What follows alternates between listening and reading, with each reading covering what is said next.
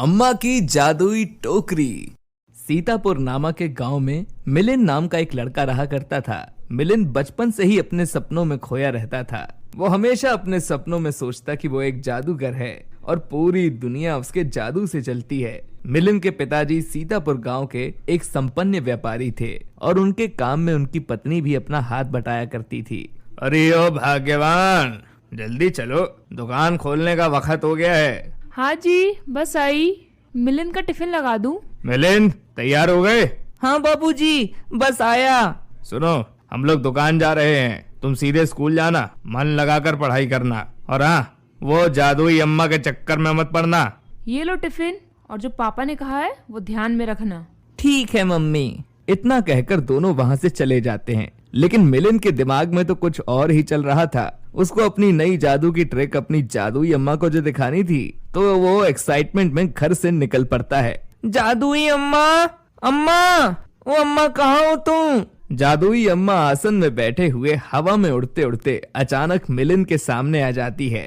क्या बात है जो आज मेरा लाल इतना उत्साहित हो रहा है? अम्मा, बात ही कुछ ऐसी है, तुम पहले नीचे आओ। ये लो, आ गई। अम्मा, मैंने ना वो ट्रिक सीख ली है जो इतने टाइम से आप मुझे सिखा रही थी। हैं? कौन सी ट्रिक? अरे अम्मा, आप भूल जाती हो। अच्छा रुको अम्मा, मैं करके दिखाता हूँ आपको। मिलिंद अम्मा के सर से एक सफेद बाल तोड़ता है। ये क्या कर रहे हो? रुको अम्मा। मिलिंद बाल लेकर पीछे मुड़ता है और अपने मन में कुछ फुसफुसाता है। कर दे मेरे दिल की आस पूरी, अम्मा को बना दे काली से बुरी। मंत्र फुसफुसाते ही मिलिंद के हाथ में एक रोशनी आ जाती है और वो अचानक अम्मा की तरफ मुड़ता है और उसके हाथ में अम्मा के बाल की जगह एक फूल आ जाता है। अरे मेरे लाल, तुमको ये किसने सिखाया? अरे मेरी भुलक्कड़ अम्मा, तुमने ही तो सिखाया था, भूल गई? हैं? मैंने?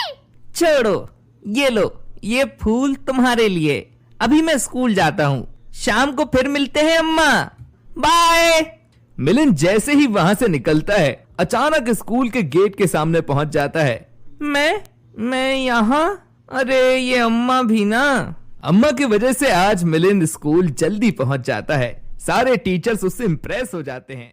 दिन यूं ही बीतने लगते हैं। फिर अचानक कुछ रोज बाद मिलिंद के पिताजी की तबीयत खराब हो जाती है। धीरे धीरे उनके व्यापार में भी लॉस होने लगता है, यहाँ तक कि घर भी बेचने की नौबत आ जाती है। मिलिंद का स्कूल भी छूट जाता है और वो लोग गांव छोड़कर अपने दादा दादी के यहाँ जाने की तैयारी करने लगते हैं। देखो बेटा, एक बार अच्छे से घर को देख लो, अब हमारे जाने का वक्त आ गया है। हाँ माँ, मैं बस अभी आया। अरे कहाँ जा रहे हो? आया माँ। मिलिंद इतना कहकर सीधा पीपल के पेड़ के पास जाता है, जहाँ पर जादुई अम्मा उसे अक्सर मिला करती थी। अम्मा, ओ अम्मा, कहाँ हो? अम्मा कहाँ हो तुम? जल्दी आओ ना। अम्मा, आओ ना, देखो ना, अब हम यहाँ से जा रहे हैं। कहाँ हो अम्मा? अम्मा, अच्छा ठीक है, मत आओ, मुझे पता है तुम मुझसे दुखी हो। सॉरी अम्मा, मैं आपसे इतने दिन तक मिलने नहीं आया ना। सॉरी अम्मा, मान जाओ ना। सॉरी, एक बार जाते जाते मिल लो, प्लीज प्लीज अम्मा, ज्यादा नाराज हो। अच्छा रुको।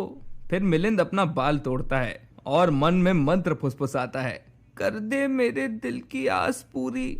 मिलिंद मंत्र फूकने के बाद अपने हाथ में जादू से एक फूल लेकर आता है, लेकिन फिर भी अम्मा नहीं आती। मिलिंद के घर जाने का समय हो जाता है। रास्ते में आगे चलते ही उसे एक खाली टोकरी मिलती है, लेकिन वो उस पर ध्यान नहीं देता और आगे बढ़ जाता है। तभी पीछे से आवाज आती है। मुझे साथ लेकर नहीं चलोगे? ये आवाज कहाँ से आई? टोकरी से अम्मा की आवाज? हाँ मेरे लाल, इस टोकरी से। लेकिन अम्मा, आप खुद मेरे सामने क्यों नहीं आती?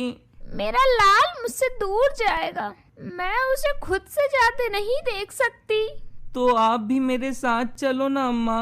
नहीं बेटा, मैं तुम्हारे साथ नहीं चल सकती। तुम्हारा जब भी मन करे तुम इस टोकरी से बात कर सकते हो।